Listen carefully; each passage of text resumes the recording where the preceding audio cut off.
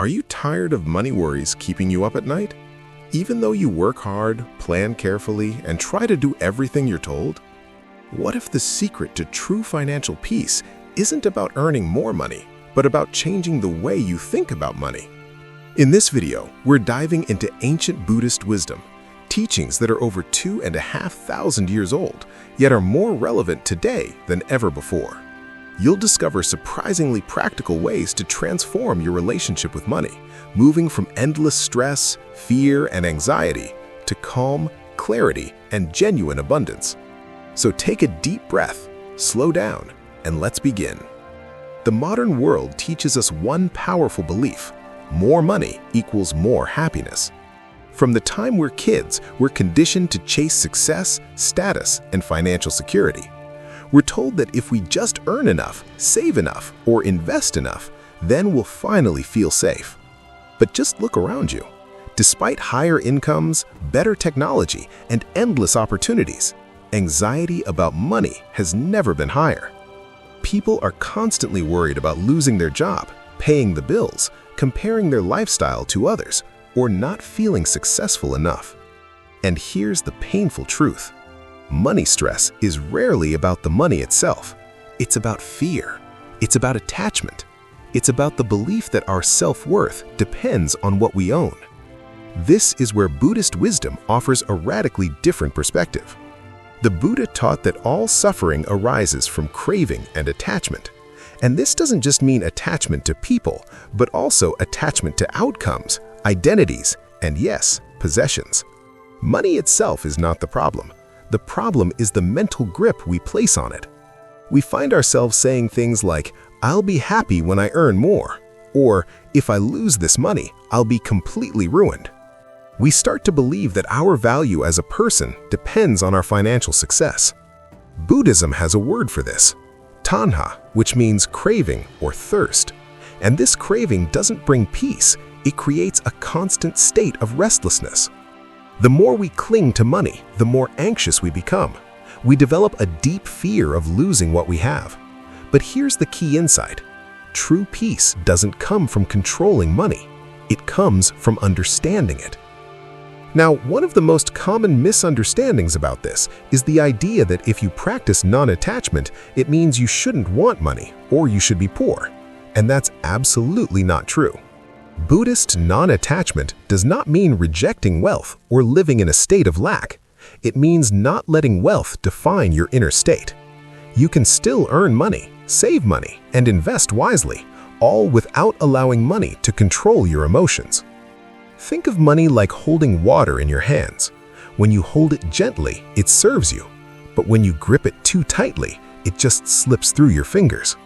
Non-attachment gives you freedom. It gives you freedom from fear, freedom from the constant game of comparison, and freedom from anxiety about the future. You begin to see and use money as a tool, not as a measure of your worth. So how do we actually do this? One of the most practical Buddhist teachings for finding financial peace is mindfulness. Mindfulness simply means being fully present, aware of your thoughts, your emotions, and your impulses without judging them. When you apply this to your finances, mindfulness helps you notice impulsive spending habits. It helps you recognize when you're making decisions based on fear. And it helps you understand your own emotional triggers around the topic of wealth. Instead of constantly asking, "How can I make more money?" you start to ask a deeper question. Why do I feel so anxious about money right now? And often, you'll find that the answer has nothing to do with your bank balance. It has everything to do with old conditioning, social comparison, or a fear of uncertainty. When you become aware of these patterns, you regain the power of choice. And where there is awareness, there is peace. Now this brings us to a new definition of wealth. Buddhism teaches that true abundance is an inner state. Abundance isn't about having a massive bank account. It's about contentment with what is enough. It's about gratitude for what is present in your life right now. And it's about having a deep trust in the natural flow of life, understanding that things are always changing, what Buddhism calls impermanence. The Buddha often spoke of something called right livelihood, which means earning money in a way that doesn't harm others or yourself.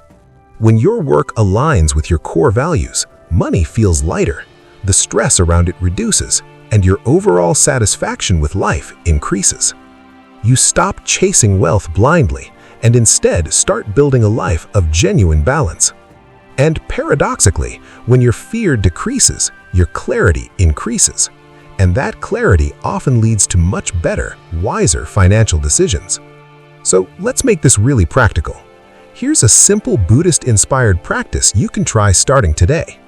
The next time you feel that wave of money-related anxiety rising up, just do these 3 things. First, pause, just for a moment. Second, take one slow, deep breath. And third, ask yourself this question: what am I afraid of losing right now? Then gently remind yourself, money comes and goes. My peace does not have to. This small moment of awareness, this tiny shift in perspective, can completely change your relationship with money over time. Financial peace doesn't begin in your wallet, it begins in your mind. When you release that unhealthy attachment, when you practice mindfulness with your finances, and when you redefine what true abundance means to you, money stops being a source of suffering. It becomes simply one part of a balanced, peaceful life. If this message resonated with you, take a moment to reflect on it, not rush. And always remember, peace is the greatest wealth you can ever own. Thanks for watching.